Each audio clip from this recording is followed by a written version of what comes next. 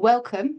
I'm Zoe Card from Knowledge Exchange UK. Hi everyone, I'm Gurmit Clare. I am chairing this year's Knowledge Exchange Awards.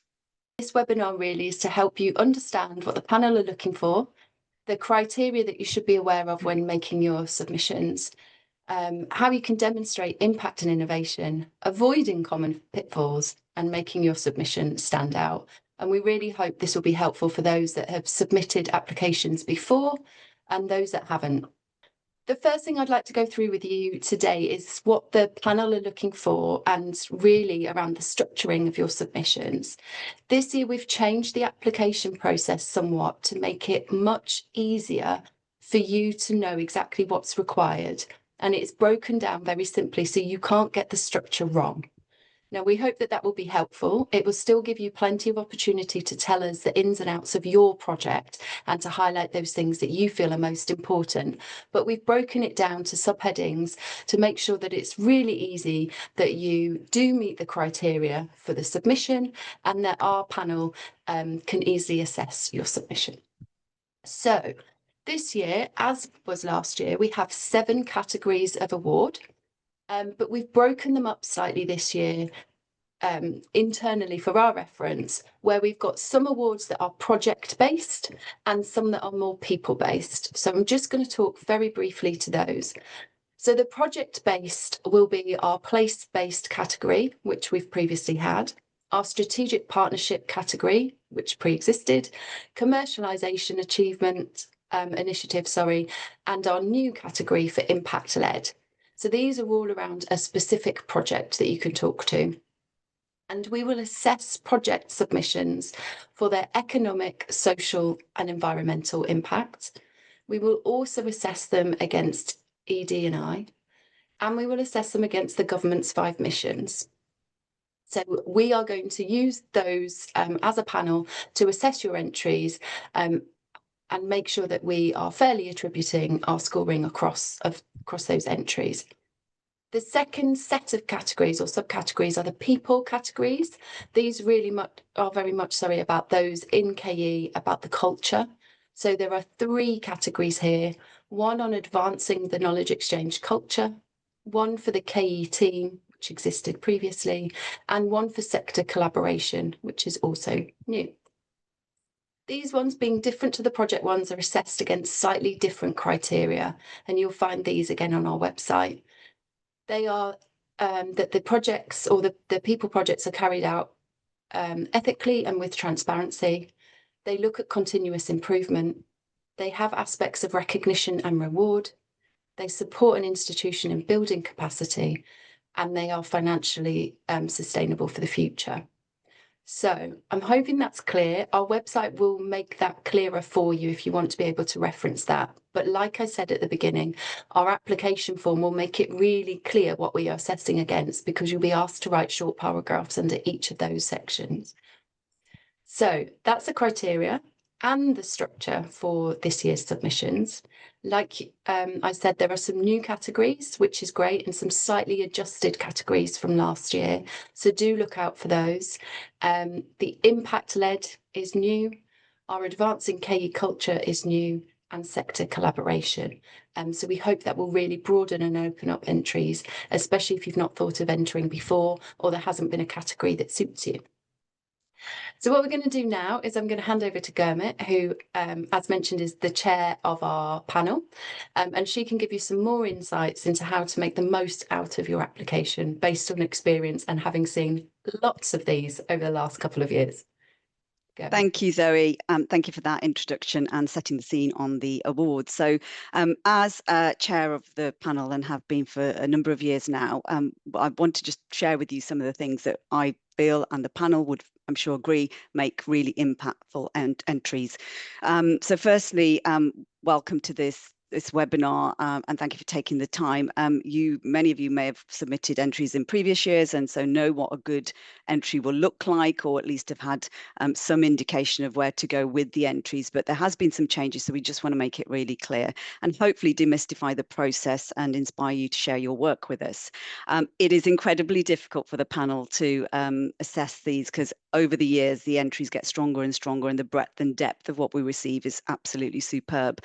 So hopefully hopefully we will get even more this year round. So firstly, I want to, I guess, start with the types of initiatives or kinds of projects you might be thinking about submitting. It can be anything from global reach to making a difference in local communities. So it's not necessarily about size or scale. It can be small to a large scale project. It's really about, I guess, us getting a sense of the dedication and the people behind them. So knowing, you know, who you are as individuals or as teams, depending on which categories you are applying to. Impact is really at the heart of every strong submission, is I guess the core of what I would say. So what has changed as a result of the project, who's benefited and how? Really important to make that quite succinct. What impact means to the panel, I guess, is some of what Zoe's already mentioned. So is it economic, job creation, income generation, policy influence, could be social, environmental, ED&I now is sort of weaved throughout the whole of the submission plan, and quite rightly should be. So if there are elements that you can include around equity, diversity, inclusion, please do. Alignment to the government missions. Obviously, we've had industrial strategy just recently. I think it's probably too soon to be including that, but you know, prior, if there's been initiatives that you think align well, please do make those quite clear and relevant. As I've said, small initiatives in the past have been really transformative, so don't feel that size is everything. We have seen some huge initiatives, obviously, since COVID, and collaborations. And again, talking about collaborations, if you are in a partnership with other universities, other outside stakeholders, we encourage those sorts of applications to be put forward as collaborations. I would say highlight how your approach has been new, bold, or creative. That's always interesting and novel and good to hear. And innovation doesn't always mean it has to be cutting edge technology or commercialization. Knowledge exchange is so broad, it can mean a variety of different things. So collaborations that are fairly new, but it might be that you're solving a problem that's been long-standing and you've applied a unique approach to that. Partnerships, as I mentioned, across disciplines, novel use of existing resources, community engagement, whatever that might be, all welcome. Common pitfalls to, I guess, be aware of. Submissions that maybe try and cover too much without focus. So trying to get in too much into one entry can sometimes be quite hard for the panel to draw out what it is that the impact is and what you're trying to say. So maybe just be mindful of that. And we all do this one, overusing jargon or technical language, whilst the panel are from a breadth of different disciplines and expertise. If there's any acronyms in there, please do share with us what they mean, and make it clear what that means in the application. It just makes it much easier reading and for us to make sure we understand what you're saying. Forgetting to include evidence claims, and by that I'd say if you're saying something around metrics or measurables or outcomes, any data, any testimonials, any case examples that you can fit into the word count, which I know is tight, is really helpful. And I guess the final piece is the why. Often we get a lot about the what and the how a project has come to be, but why? Why are you submitting this project for recognition? Why has it motivated you and the teams and the partners that you're working with? So the context behind the project. And finally, I would say on the common pitfalls is don't assume we know about your institution or your region. Please paint that picture for us. Whilst we are most or from within the sector, we have panelists that are, you know, from the government tech transfer, from other government organisations. So it's really great to know a little bit about your institution, so that we can set that context when reading the entry. Making it stand out. Okay, so entries that have really clear narrative at the outset, so that you kind of know what the rest is going to be about, is really helpful. So taking the panelist on a journey, a story, however you want to depict that through actions or outcomes. Use of storytelling is always great, and we see some fantastic entries with really compelling stories, the challenges you're addressing, the solution and who was involved, the tangible difference that it's made. and that passion really shines through. And it's some of the entries are breathtaking to read. They're so passionate, and you can really feel when an individual or a team cares about the work and the impact that they've created. Clear structure hopefully now will be much easier, because the way that you will submit helps you to be more structured. So that's definitely something that we've improved on this side. And just keeping it concise and meaningful, and that human element. I always say, if you're the person or the team writing the entry, and some of you may know, I was at University of Birmingham prior, and we put in quite a few entries. Always get somebody else who maybe is from outside the team to have a read through your entry before submission. It's really valuable, because we as practitioners can be quite close to the project, and we read it one way, but having another optic, another view on it is really helpful. For maybe somebody in a team who doesn't know anything about the project, is really a good way to sense check your submission before you press the final button.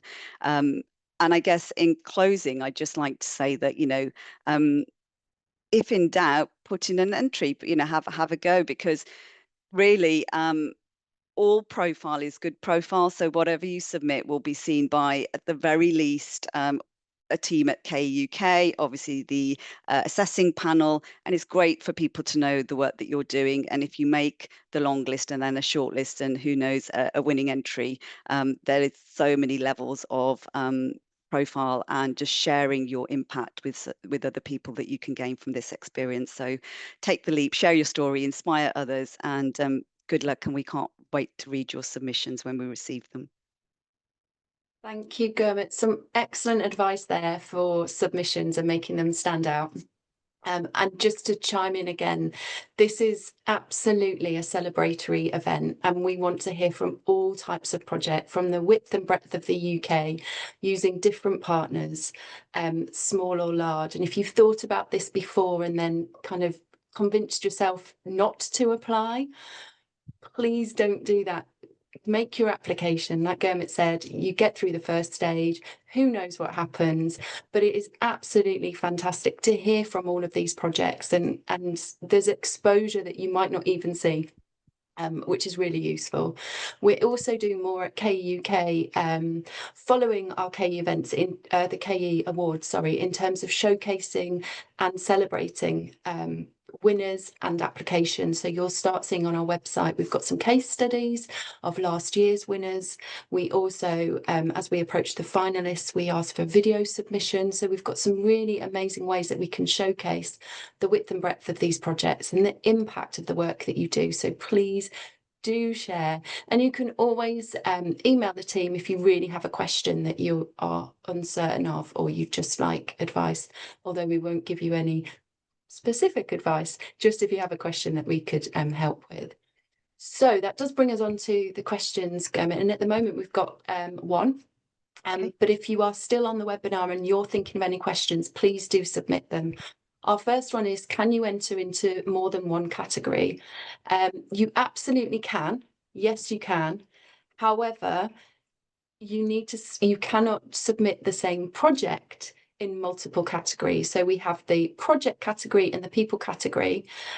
You can submit into those, but you cannot just, we get this sometimes, retweak the name, change things around a bit and submit the exact same project in a different category. If we identify that that is happening, we will come back to the institution and we will ask you to select the category that your submission is in, and that is just really to make sure that it is fair, and that it's in the right category, and we can help with that if you're not sure which one to put it in. That is a really good question. So I hope that's helpful. But yes, it's not, the aim of the game is not to enter your project into all of the categories with slight changes. It's really to think about which one represents your project the most, because that will be easier in terms of the criteria. Rita, we just have a question as well around deadlines. If anyone is with me, Rita is Knowledge Exchange UK, and she's behind the scene. So we're just going to get the deadlines pulled up. They are on the website, but I do not want to tell you the wrong ones in terms of submissions. Submissions are slightly earlier than this year than they have been before, and that's to give us plenty of time over the summer to assess those submissions and to give you much more time as well to be able to complete your videos. So if you just bear with me, I will get those dates. So the closing date, because I've got this etched in my mind, is the 18th of August, as Rita's popped on there, by 5 o'clock. So 18th of August by 5 o'clock for your submission to come in. Yeah.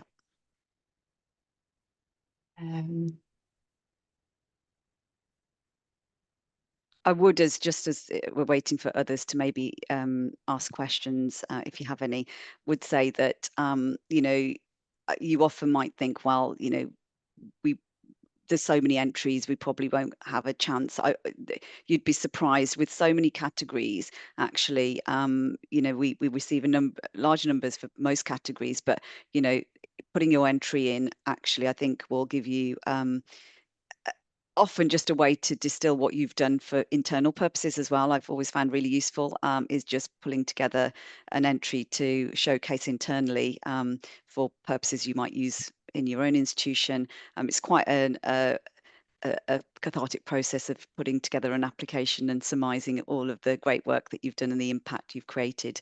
And they can be multi-purpose. Once you've created that application, you know, you can pull it together to create spotlights in other places of the work that you've already done and the impact that and the value it's created. So it's always worth putting in an entry, absolutely.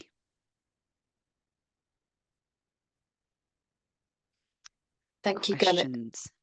Yes, there's one about the industry partners. Can you? Yes, so is that okay, so is the Olivia one? Yep, in guidance it says we can submit more than. No, Oh no, sorry, you've already done that one. I can't see the yeah. industry partner one. Oh, sorry, got it, Anna. Yeah, Yep. sorry. Okay, shall I answer them in order? So Safia has asked about, I think that might have been answered. The judging panel is all listed under the committee on the website. So hopefully Rita's picked that up and is answering that because I can see she's typing. The response to, in some categories, mention industry partners. What is your definition of industry? Could you, or yes, absolutely. So we say industry partners, it's actually stakeholders, I guess, anybody. It could be third sector, it could be charity, it could be an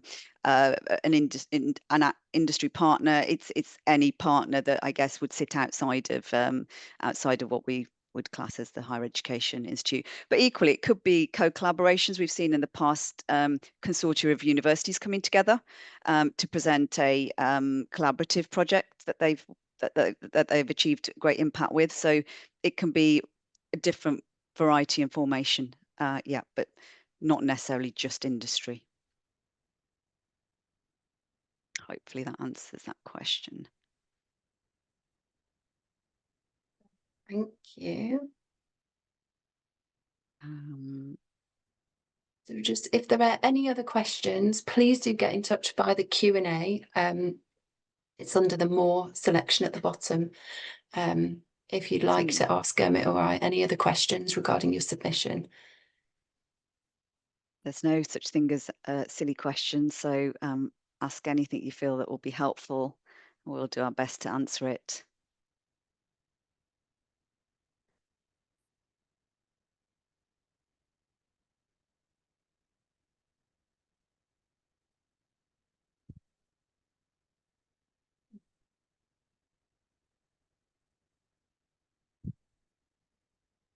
Gurmit, I think that is all of our questions for this morning. Yeah. We must have done a good enough job of Oh, we've got one from Vicky. Just how many entries do you tend to receive?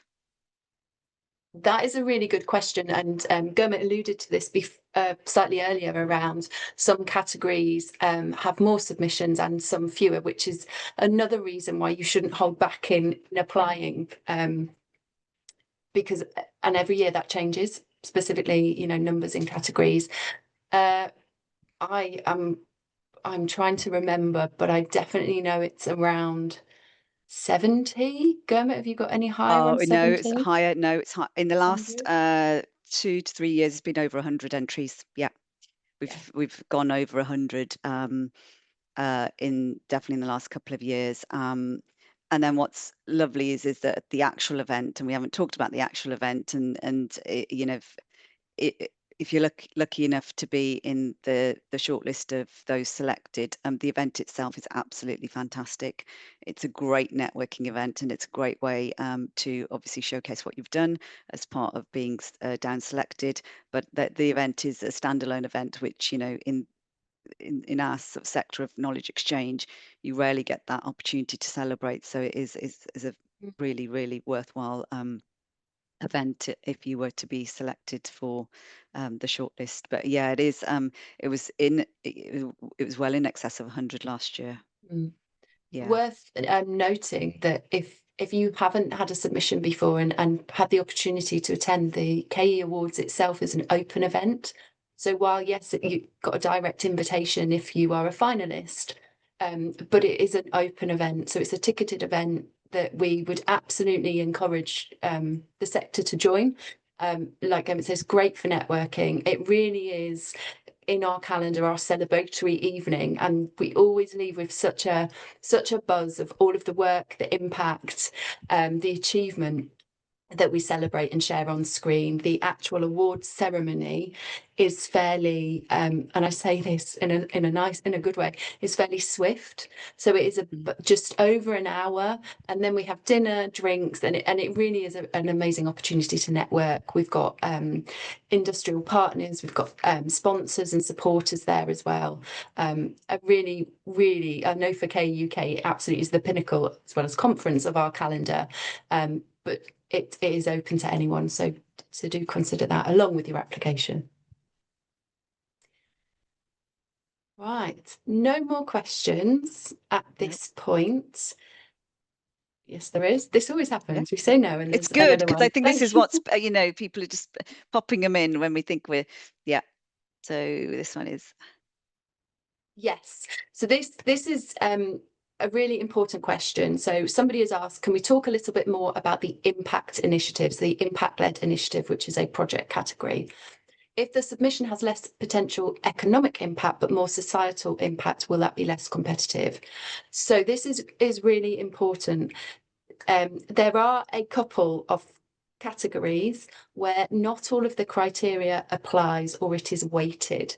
So that is a really important question. For the impact-led category, financial or economic impact actually is taken out of the scoring, and the others are higher rated, because we are aware that something that is probably an impact-led initiative is probably more about societal impact or environmental impact. So there are some slight adjustments. You will notice on any application form, if you are not asked about something, then that is not scored.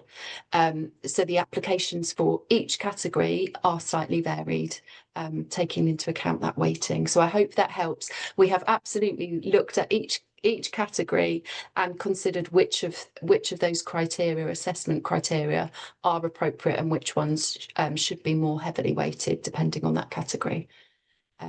So hopefully that's helpful for you as well in terms of submitting something. We'll give it, shall we give it a couple of seconds just to see? A couple of minutes, just yeah.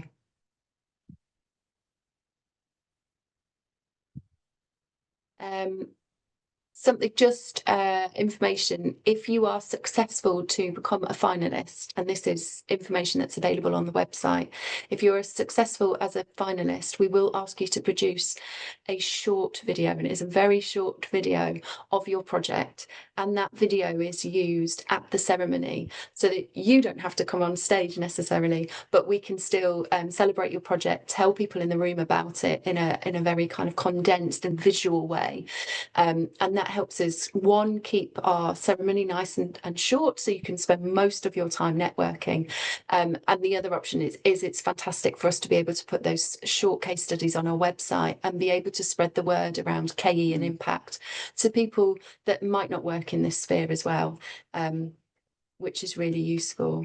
We didn't talk about, because nobody has asked, and actually it's not about the application, but the public vote. I was just thinking about the public vote. Yeah.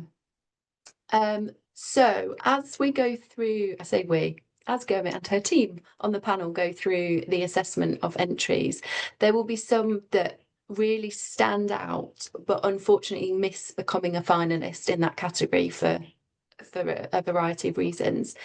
Those would go into a special category of highly commended, and those highly commended are reduced to a pool, a small number of entries that we would then put out to the public vote. So some of you might remember this from last year. We do ask these highly commended to produce a video. So that's quite exciting. Those videos are then put onto our website, and it is open to the public vote to be able to vote for who is the winner out of that 8th category. So we do still have the public vote category. So even if your submission doesn't make it to the finalists of that category, it could end up being a finalist in the highly commended. So please do also think about that. It's really wonderful and a nice way that we can get other people involved in the work and the impact that you have.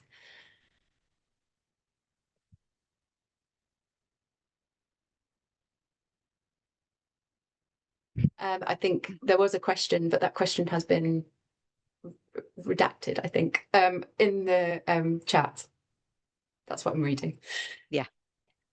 But there could be, yes, if you wanted an answer, absolutely. And just on the note that Zoe made about public vote, it just made me think, and we haven't mentioned it, is that if you are in the shape disciplines and not necessarily the STEM, so, you know, arts, humanities, please do put in applications. You know, we want to breadth, as much of a breadth as we can get.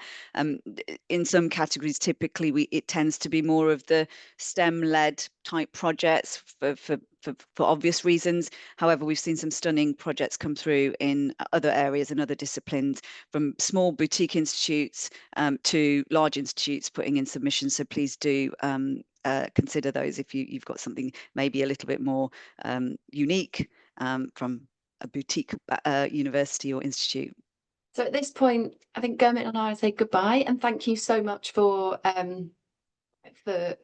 showing an interest in submitting for the KE Awards for 2025 or in future. Yeah, we hope we've managed to answer your questions. Thank you, everyone. We look forward to receiving submissions, and any questions, contact us.